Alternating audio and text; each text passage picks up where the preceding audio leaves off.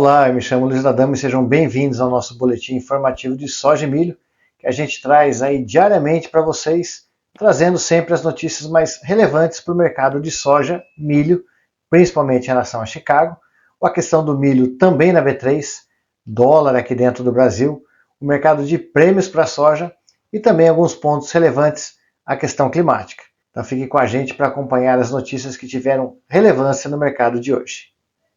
Nesta segunda-feira, dia 21/7, os futuros da soja fecharam em baixa, em um movimento de realização dos lucros após os recentes ganhos registrados pela oleaginosa na semana passada.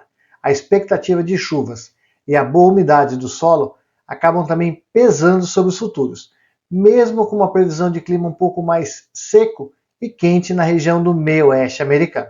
Além disso, os sinais da demanda pelo produto norte-americano com desempenho dentro das expectativas de mercado, pelo relatório do USDA de inspeções semanais para exportações, que registrou um volume de 365 mil toneladas, 142% acima da semana anterior, mas como falamos, dentro da expectativa, que variava entre 200 e 400 mil toneladas. Com isso, o agosto fechou cotado a 1.015, 13 centes de queda ou 1,2%.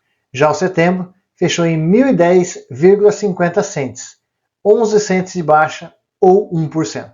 Para o milho, os futuros também encerraram a sessão em baixa, pressionados por um movimento de realização de lucro, movimento que foi consolidado mesmo com as previsões apontando um clima mais quente e seco na região meio-oeste americana.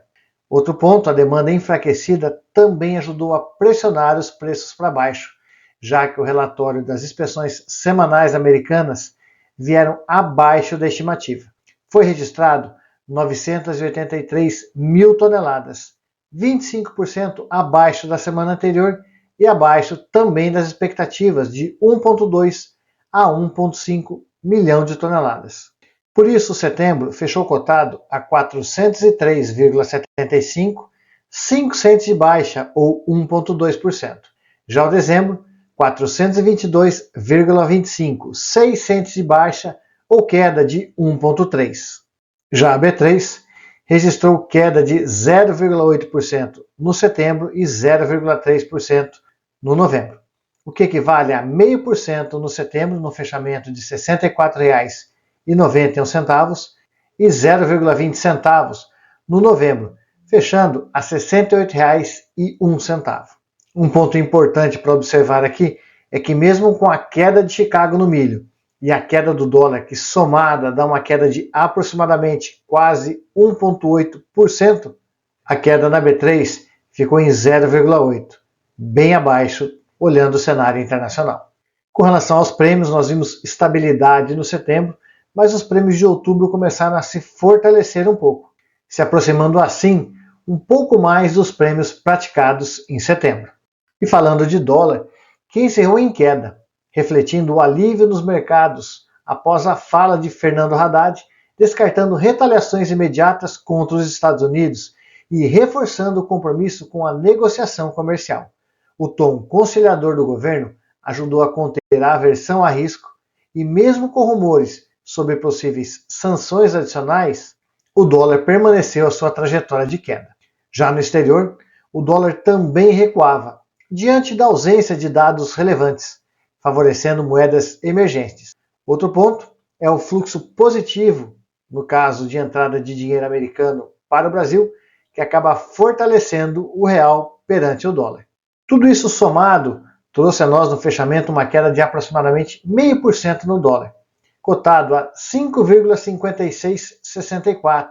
A mínima foi de 5,5504, na sua máxima 5,6114. E assim encerramos os destaques desta sessão. Na soja, o mercado buscou um movimento técnico de recompras, após uma semana positiva em Chicago, com o clima trabalhando de forma meio confusa para o mercado, já que temos previsões de clima mais quente e seco para o meio-oeste americano, mas boas chuvas nas demais regiões. Além disso, a região do meio-oeste americano abrange uma área um pouco menor das lavouras, gerando menor impacto.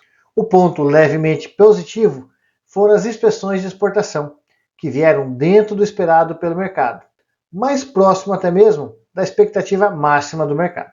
E no milho, o mecanismo foi muito parecido, com coberturas de posições após uma semana de alta na Bolsa Americana, mas em contrapartida, no caso da soja, os números vieram abaixo para o milho nas inspeções semanais, o que ajudou a pressionar o mercado. E falando de dólar, que apresentou queda no mercado internacional e aqui dentro também, com Haddad falando que o Brasil não deve retalhar os americanos e sim buscar um acordo, aliviando a aversão a risco. Somado a isso, temos a boa entrada do capital estrangeiro, ajudando na valorização do real. Fiquem todos com Deus e nos vemos no nosso próximo vídeo.